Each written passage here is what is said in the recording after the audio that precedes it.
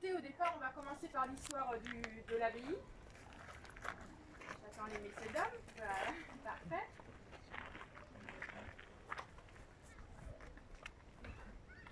Alors, c'est une abbaye qui a plus. Enfin, ici, c'est un site qui a plus de 4000 ans d'histoire. Au départ, ça a été occupé par la préhistoire, hein, donc les premiers hommes de l'âge préhistorique. On y a trouvé des galets, des silex, hein, des choses comme ça, alors des fouilles. Donc c'est pour ça qu'on peut déjà faire dater à ce moment-là.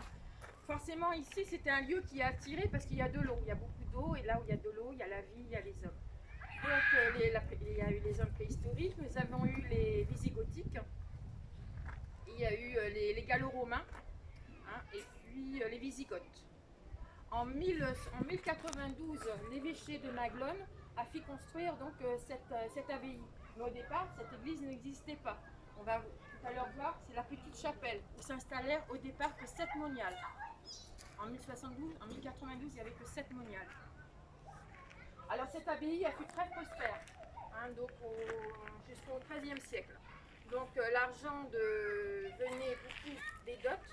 Donc quand une moniale, c'était des moniales, une abbaye de femmes, hein, qui était d'abord une abbaye de Saint-Benoît bénédictine. Ensuite, elle était cistercienne durant 200 ans. Et comme l'ordre cistercien, c'est l'ordre de Saint-Bernard qui était très rigoureux et très sévère, c'était difficile pour elle parce que Saint-Benoît, c'est un ordre de contemplation, méditation, et qui est situé en hauteur. Hein. Donc c'est pour ça qu'on médite de bien ici. Donc, et après, elle était de nouveau bénédictine. Donc on rentrait ici, les jeunes filles, elles rentraient ici en tant que novices, à l'âge de 6 ans. Déjà toutes petites filles, elles rentraient ici. C'était le dernier de la cadette, les derniers. Hein, à l'âge de 6 ans, dernière, et donc elles venaient toutes d'une famille noble. Donc après, quand elles prenaient le voile, on les appelait les professes. Celle qui s'occupait des novices, on l'appelait la maîtresse des novices. Donc elles venaient tous d'une famille riche, elles étaient très instruites. Et nous avons aussi des converses qui habitaient aussi ce lieu. Donc les converses, elles n'avaient pas fait leur vœu.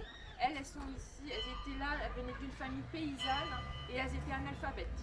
Donc elles venaient elles faisaient toutes les tâches difficiles de paysannerie, elles s'occupaient des bêtes, elles s'occupaient s'il y avait de la restauration à faire.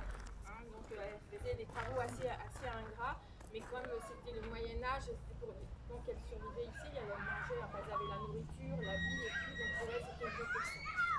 Et on ne mélangeait pas les professes avec les converses, elles avaient leur propre dortoir et leur propre lieu. Hein, donc jamais on se mélangeait, même dans l'église, on ne les mélangeait pas, elles étaient au fond et les professes elles étaient au début. Donc les dots, la richesse venue par les dots. Ensuite nous avons les sépultures. On venait donc les nobles venaient se faire enterrer ici. Parce que comme on est situé en Écosse, au Moyen-Âge, on avait peur de la mort. Donc ici, chaque jour, il y avait une moniale qui disait à leur famille. On leur donnait beaucoup d'argent pour être priés. Vraiment, ça représentait peut-être 2000 € quoi, à chaque anniversaire de leur mort. Donc forcément, elles étaient vraiment riches. Cette église qui peut mettre 200 personnes et à la fin elles étaient au nombre de 56. De 7 elles sont passées à 56, divisées par 2, autant de professes que de converses. Toujours divisées par 2, hein, et séparées, hein, les petites novices. Donc les sépultures, ils venaient se faire enterrer ici. Et nous avons aussi les dons. Donc ils recevaient des dons. Marie de Montpellier a fait un don de son château. Elle a fait aussi, on a reçu aussi, ils ont reçu les dons des moulins, des terres.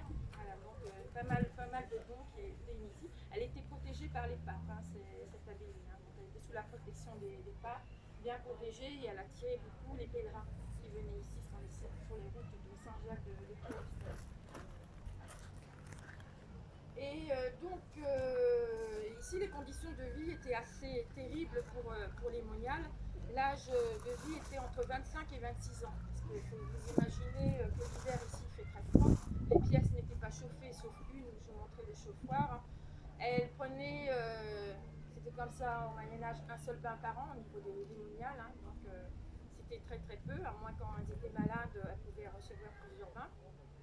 Elles mangeaient très peu, pas de viande, deux repas par jour à peu près, hein, qui étaient assez pauvres. Donc, et puis les prières, hein, donc, il y avait 6-7 prières. La première était il y en avait à 4 heures, 3 heures, donc ça les obligeait à se lever, la fatigue plus le travail, donc forcément elles ne tenaient pas le coup. Hein. Puis il y a eu la peste noire aussi. Hein.